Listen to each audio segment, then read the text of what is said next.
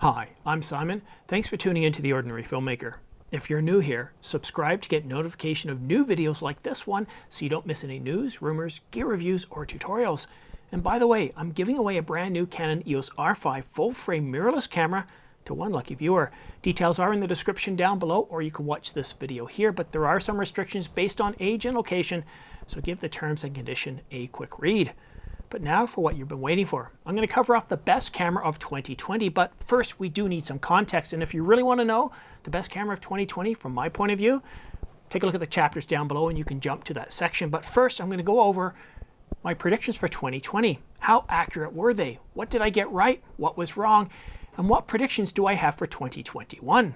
Will we see a flagship mirrorless camera from Canon, Nikon, and Sony? And for the best camera, I'm saving that for the very end. I thought this was an easy one, that we were going to be getting the GH6 in 2020, and with just a few weeks left, that's not going to happen. Now, Panasonic has come out and said that they are going to be releasing a GH6, that they're working on it, but then shortly after that, there was an announcement of a strategic realignment or strategic, analysis, taking a look at how they're doing. Panasonic makes some of the greatest cameras. The S-series line is terrific. I was thinking of getting one of these way back a couple of years ago. But for me, and like many of you, their autofocus is absolutely terrible. The automatic autofocus. If you're doing manual mode, this isn't a problem. And I know there's a good 100,000 or so of customers out there that have bought Panasonic cameras, and that's pretty much it. In 2020 or 2019, there's only about 200,000 people or less that bought Panasonic cameras. That's still hybrid cameras. That's not a lot. Canon, the leader of the pack with 45% market share, moved about 5 million cameras. So that's a huge difference. Because they make really awesome cameras, I'm trying to figure out what it is that's causing people to not buy Panasonic. They really do make great full-frame cameras. The GH series are great, but one thing that seems to get them panned time and time again is the autofocus system. And I know some of you say, yes, but I don't use autofocus. I don't use, automatic autofocus. You're definitely in the minority, and I believe this is one of those things that's affecting their sales, because when you look at everything else, they're really, really good cameras. So what are we supposed to be seeing in 2021? Well, it's really hard to see because Panasonic's kind of said, look, you know what, we're kind of putting a hold on things right now. We're refocusing on video. Not that their video specs were really, really bad, but I think they're going to take a look at vlogging a bit more, which is what they said in one of their messages. So we're kind of a bit of a hold. I still think the GH6 is going to come in 2021. This year we got the S5. I keep getting it mixed up. We've got the R5, we've got the Z5, and we got the S5. I wish these companies would come up with slightly more original names. So we got the S5.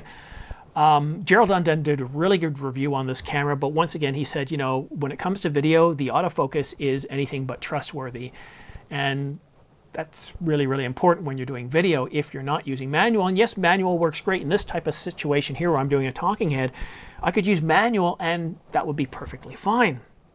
But if I'm doing run and gun stuff, if I'm doing stuff where my subject is moving, I do need reliable autofocus. I do, and a lot of people do. So I think that's kind of what's holding up Panasonic. My next projection, I got this one right, and that was that Fuji was going to come out with the X-T4, and I had a couple of thoughts on this. I thought that the X-T3 was actually a pretty good camera, and if all that Fuji did was take the X-T3 and improve upon it, improve upon autofocus, battery life, the record limits, which were absolutely terrible. We complained about 30 minutes. Well, the X-T3 had record limits of like 15 minutes. And for me, sometimes I need 5 minutes just to get warmed up before I'm ready to go. So that's really not enough to really get thoughts down. I found it too inhibiting, unless, of course, you had an external recorder. And I also suggested that having IBIS would be really, really helpful. One of the reasons is there isn't a huge deep bullpen of lenses for the X-T3. Well, at least lenses that have IBIS. And if you're doing video, that is very important.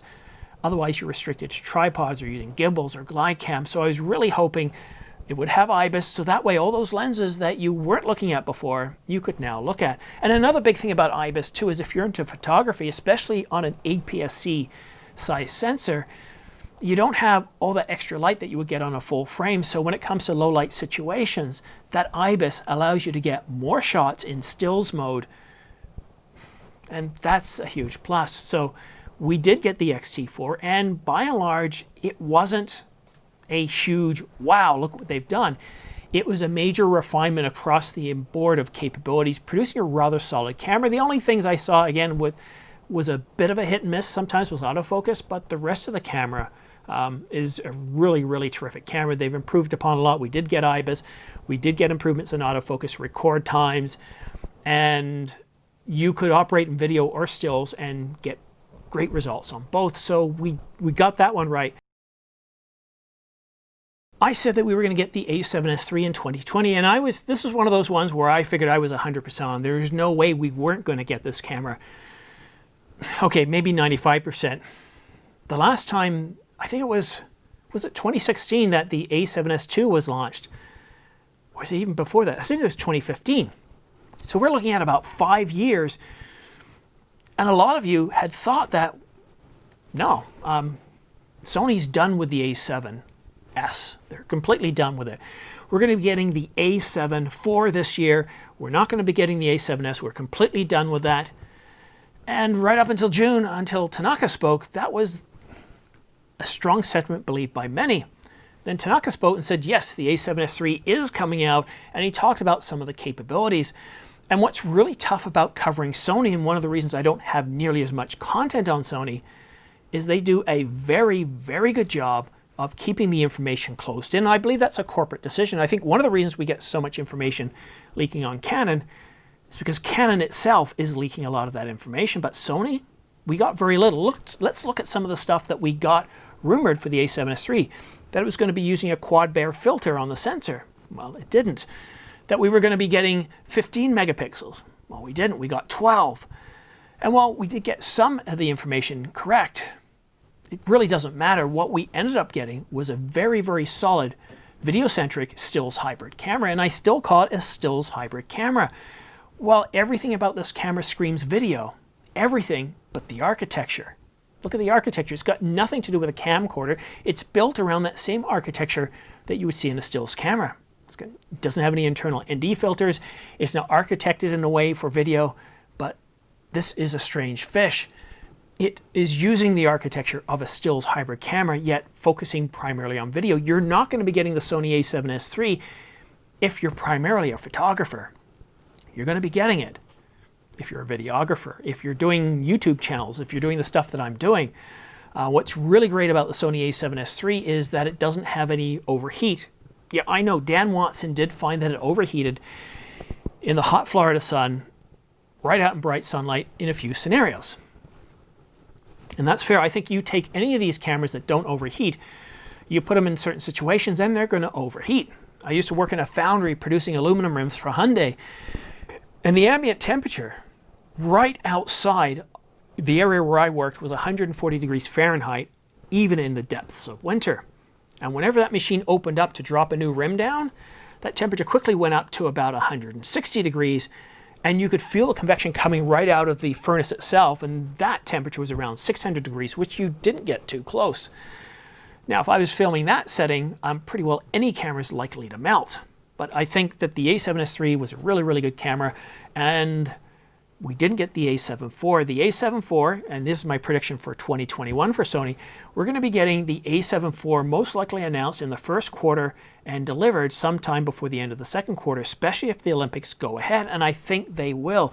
We're seeing the vaccines, they're proving to be 95% effective. They're starting to move out. So I think that by the time we get to the summer, that anybody participating in the Olympics will have the opportunity to take the vaccine. So I think the Olympics are going to go ahead. So you know what these companies are going to do?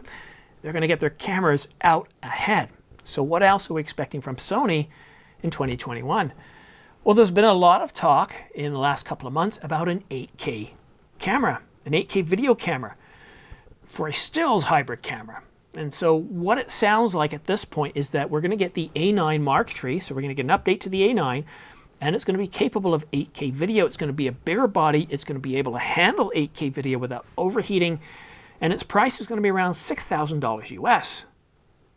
$6,000 US. Just think about that for a minute there.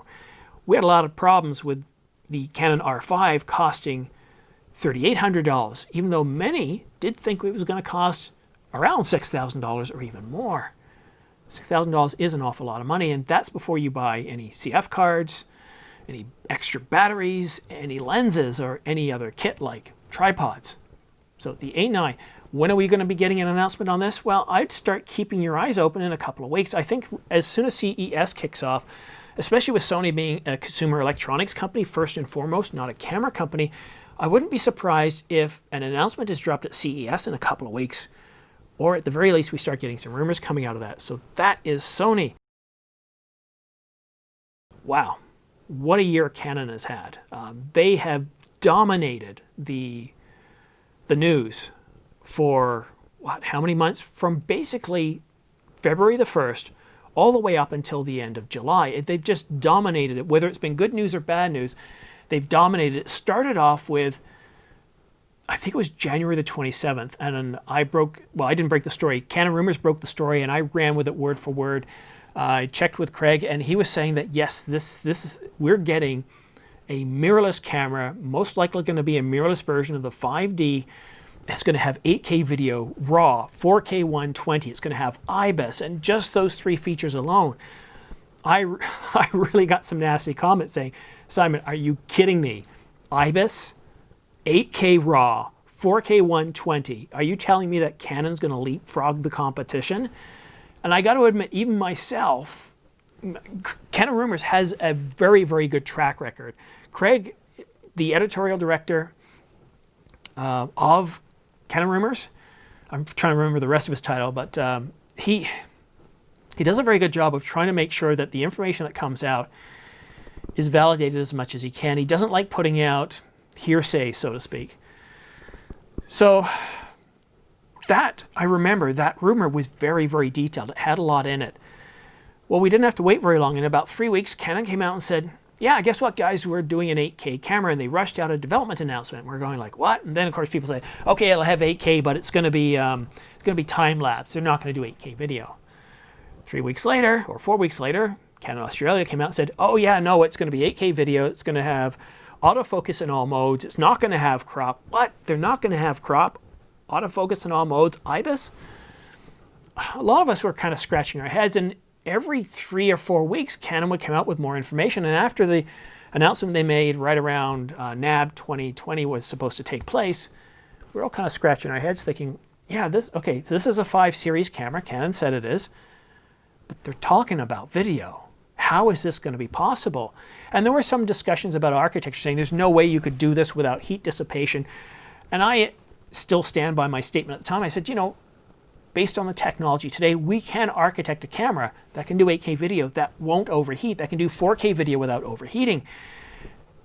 I know, if we look at the news, if we look at the results, the R5 overheats more than a 6-year-old in the middle of summer, just running around, just overheating. And that's what the R5 did. In anything above 73 degrees, it's going to overheat in about 15 minutes in 8K at the most, assuming you haven't been fiddling with the menus or doing some photo work. But as we've seen from other vloggers or YouTubers, and I can't remember the gentleman's name, but he actually took apart the R5 and he looked at the design inside and said, we can do better. And what he did is he built a copper plate and he put it underneath one of the circuit boards. And you know what? He was able to record 8K for hours without overheating, 4K without overheating. So yes, they could have architected it better. I just don't think they cared. They figured this is good enough. This is a photo camera. This is a photocentric camera with good video capabilities. Our market is the photographer. And that's what they're saying with this camera. The 5 series has always been a photographer's camera. I know with the Mark II, video came in a big way. But Canon still looks at their cameras, their stills hybrid cameras, as stills primarily with video second. And it wouldn't take too much to implement a copper plate. Sure, it would probably raise the price of the unit by $50, but wouldn't that be worth it for a lot of us? So what else did we get from Canon? We got the R5, we got the R6, and another thing about these two cameras that was really astonishing is that it used the same processor as was in the 1DX Mark III. The autofocus, low light, IBIS, all that was really terrific. Now, if we go back to January, what I was calling for was the EOS R Mark II, and we got the specifications for it, and everybody was excited by that. It's still my top grossing video, but, and this is where I still, a lot of people that are still waiting for the EOS R Mark II, and you're not going to see it. The R6 is the closest to the EOS R Mark II. Canon, when they released the R and the RP, they were stopgap measures. They're a way of saying to the market, look, we are going mirrorless. Here, look, we just created this. Take a look, see what you like.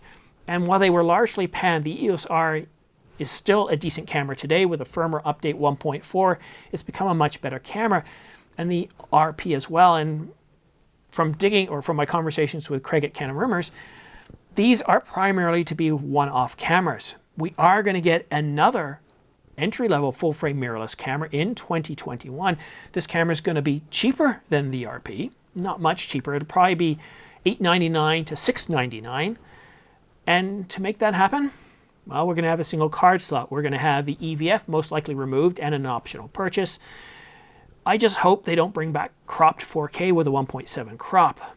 I hope we still get the good autofocus system. They don't do anything silly like, yeah, putting in contrast detect autofocus for 4K.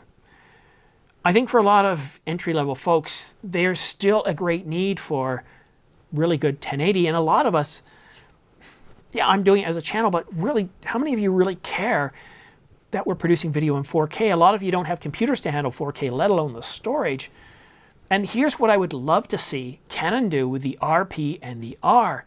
Actually, I'd love to see them do it across all their stills hybrid cameras. Allow us to record in 4K, 24, 25, and 30 frames per second, but downsample within camera to produce a 1080p file. Think about that for a minute.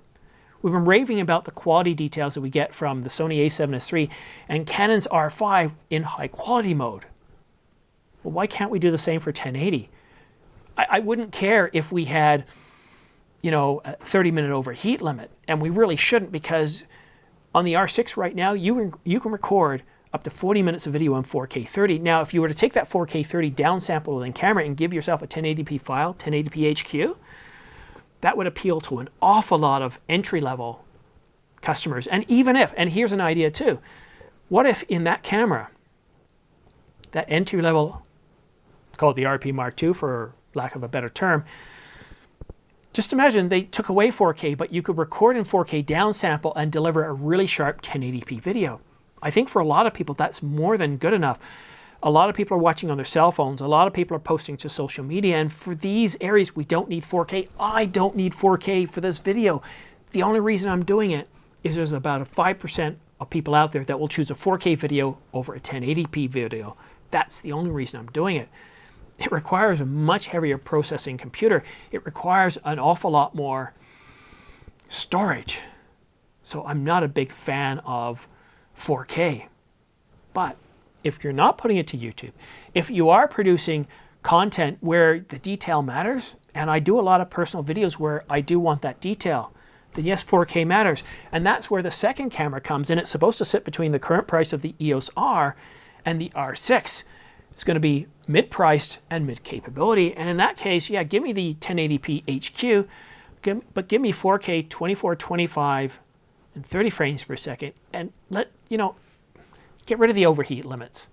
I mean, we're sick and tired of the 30-minute record limits, and you, instead of taking that away, despite saying that you would, and yes, this was on July the 10th, AV Pro did an interview with Media, which said this is coming. So not only did we not get the 30-minute record limit removed from the R5 and the R6, Canon said, Merry Christmas, Happy Birthday, guess what, we're giving you the overheat limit too. Yeah, I know, nice, right? So the R5 and the R6, two really good cameras by Canon. Yes, there are some issues with overheat, but keep in mind that this is not designed as primarily a video-centric camera. And that's where cameras like the C70 come in, priced around the same price as the EOS R5, but maybe $50 or $500 difference. Think about that. We got a really solid camera here. It doesn't use CF Express cards. You're going to want to use a Ninja, and you're going to get you want to get, I was going to call it the speed booster, but the 0.71 EF to RF adapter. Then you can strap on a 50mm EF lens, and you're going to get more or less 52, 53 millimeters, because it's going to have a 1.03 times crop with that. Otherwise, you're dealing with a 1.5 times crop. But that there, if you're in India, if you're in the southern United States, or even in the rest of the world during summertime, the R5 and the R6 aren't going to give you the video that you need. And that's where you look at the C70. And I think that's a solid camera. The C300 Mark III, which we also got from Canon, $11,000. That's out of the price range of most ordinary filmmakers. But I think Canon's trying to say, hey, look at the C70 here. If you're thinking about the R5 and you want to do video, take a look at the C70. But wait, there's more. It's been busy for Canon. So what are we getting from Canon in 2021 as well? Well, they released the 1DX Mark III, which was their flagship DSLR camera. And in 2021, we're going to be getting a mirrorless version of that. And it's not just going to be a mirrorless version of the 1DX Mark III in the same way that the EOS R was a mirrorless version of the 5D. It's going to be an upgrade to it. So it's kind of like the 1DX Mark IV in mirrorless version. So what are we going to get? Well, it's kind of hard to say. We're still waiting for some CR2 type rumors on this. Talk about quad pixel autofocus, new and improved autofocus system.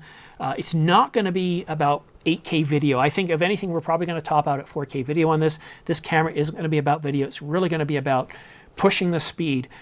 Currently, you get 20 megapixels on the 1DX Mark III. They're probably going to push that anywhere from between 24 and 30.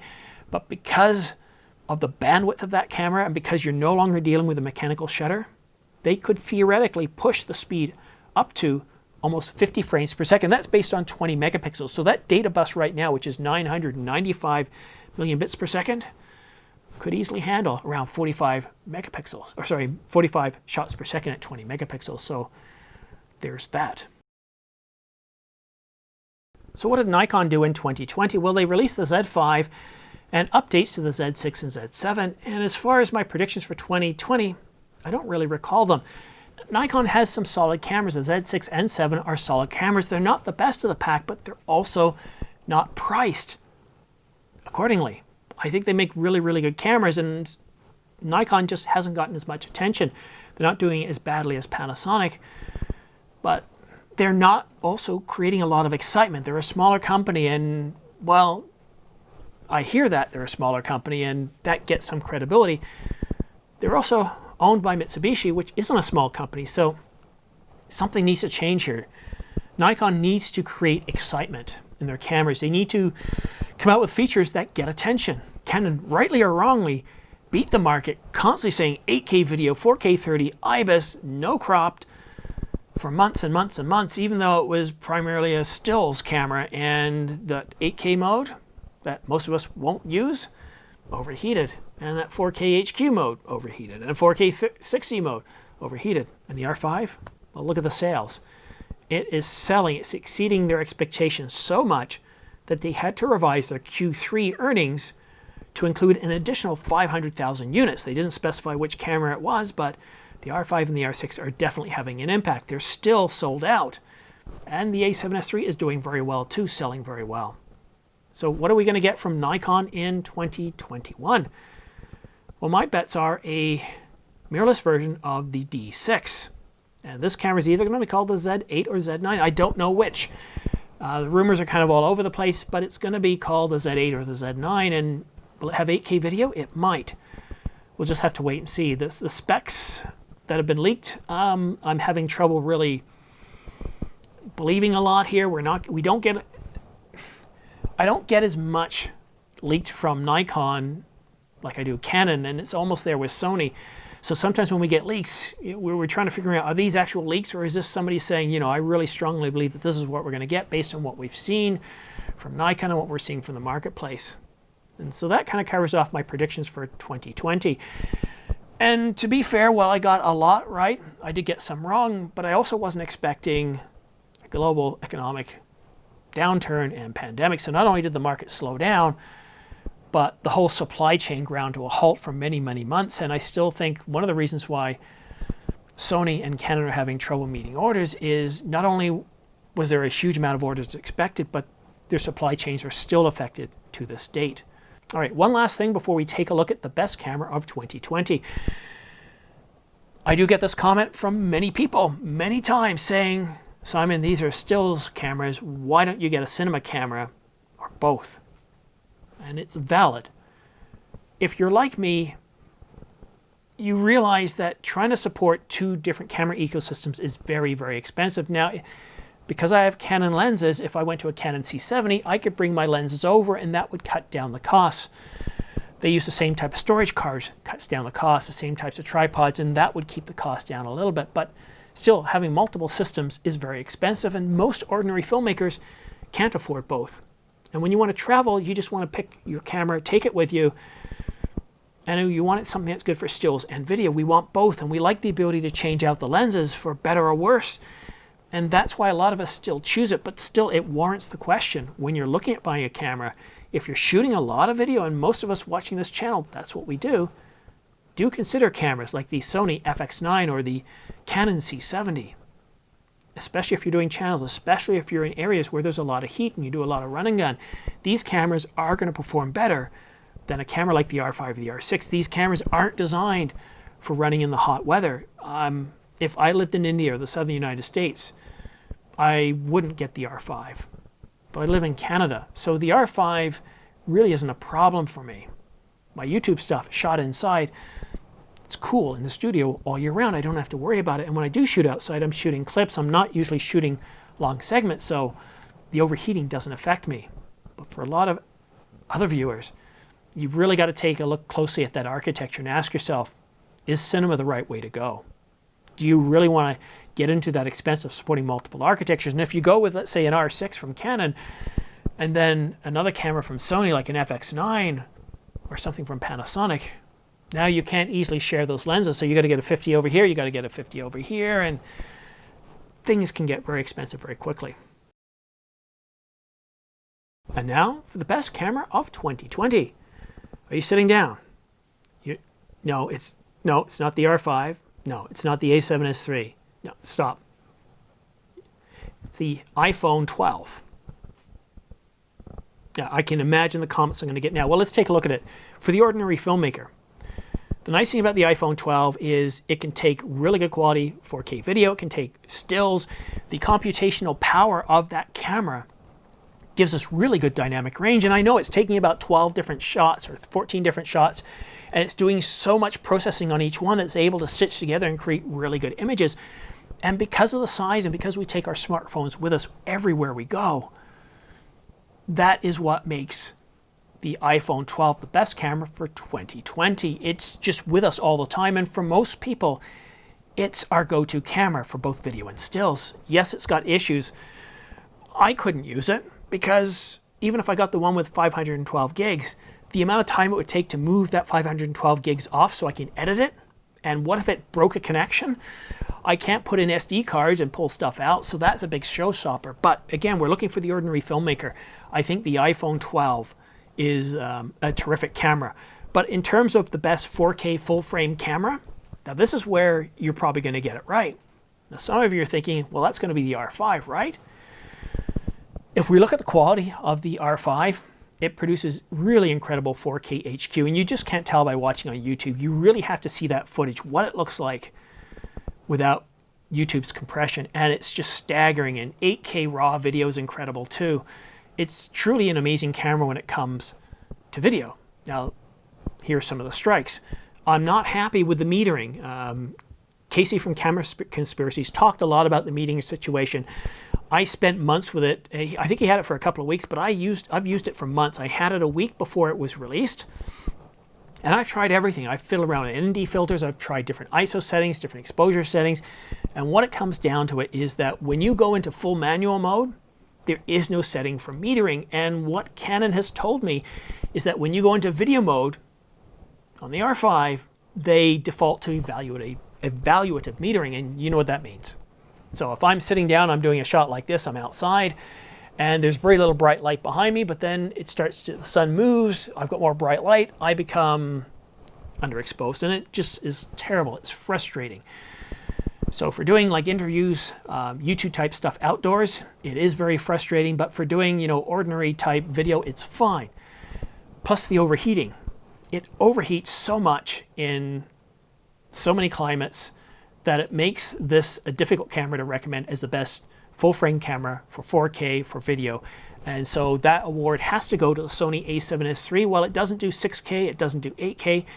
Because of its 12 megapixel sensor, it produces very sharp, very good video in 4K. So that's why I give the a7S III that award. Now, in terms of the best camera for photographers, I'd have to say it's the R6. Now, the Sony a7 IV may come out and top that, but the R6 is essentially a mini 1DX Mark III. You've got 12 frames per second mechanical, 20 frames per second electronic. It's got the same sensor. It's got an improved autofocus system. It's got improved dynamic range. It's got IBIS, and it's about a third the price. So that's why I say the R6 is the best stills camera. And in terms of the best overall camera for people who want to upgrade from something like an iPhone or any other smartphone, there's a lot to choose from. I really like the 90D, but I also think the Rebel T8i is a bit more affordable and can also use the EF and EFS lenses. Then you've got several Sony cameras like the 6100 that do really well, the Fuji X-T4. There's just so many cameras in this field, but now I want to sort of bring us back to reality here. I hate going with the best camera. It gets views. People like to know what I think the best camera is, but here's the thing. I've said this time and time again in all my videos. Some of these cameras that, like the Z6 and Z7 Mark II, that people have panned, are actually very good cameras. They produce really good results. And so when you're looking at getting a camera for yourself, forget what the reviews are saying. Forget what I'm saying. First of all, write down on a piece of paper or use PowerPoint or use something like Excel and ask yourself, what are the capabilities, like what are the outcomes you expect from a camera? It's not enough to say 4K. What kind of 4K do you want? Do you want very detailed 4K? Do you want cinematic 4K? Be descriptive with your adjectives to describe that capability. No more than 5 words. And then take a look at what cameras are out there, because yes, the R5 is a really good camera, but at $4,000 US, essentially without any, kit, that's a lot of money. It's an awful lot of money. And the only reason I was really able to afford that camera is largely because of this channel and because of viewers like you watching and supporting me. So what if the a7S III is considered the best video camera by me? So what? If you're using the EOS R and you're getting really good results, well, that's all that matters. Don't listen to what us YouTube presenters. Yes, we can provide you with useful information, but before you start really listening to us, you need to listen to yourself and ask yourself, what are you producing? Mostly videos or stills or a combination of both? Does autofocus matter? Does IBIS matter? Or more importantly, what about the lens ecosystem? Because you can have the best camera body and it doesn't have a deep enough lens ball pen. You've got another problem there. That's one of the problems I didn't like the X-T3 is without IBIS, I was really limited in the type of lenses I got. I was almost ready to buy that camera. In 2018, 2019, I was itching. I was ready for a new camera and I tried the X-T3 and I liked it, but then when I looked at the lenses, I thought, well, there aren't really a lot of options here for me because I really do value IBIS. It makes a huge difference. That's one of the reasons I really like the R5 is the IBIS and it is really, really incredible. So those are my predictions for 2021. Let me know, do you agree or disagree? What are your predictions for 2021 and beyond? But that's it for now. Don't forget to subscribe for your chance to win the SyncoLav S6E and M3 shotgun microphones. I'll be awarding these 2 microphones to one lucky viewer once the channel reaches 20,000, which is only about 1,000 away. Yep, seems like overnight I've reached 19,000 subscribers. And then for every 10,000 subscribers or so after that, I'll be awarding newer and better prizes all the way up to 100,000, at which point I'll be awarding a brand new Canon EOS R5 to one lucky viewer. And on that bombshell, thanks for watching The Ordinary Filmmaker. We'll see you again soon.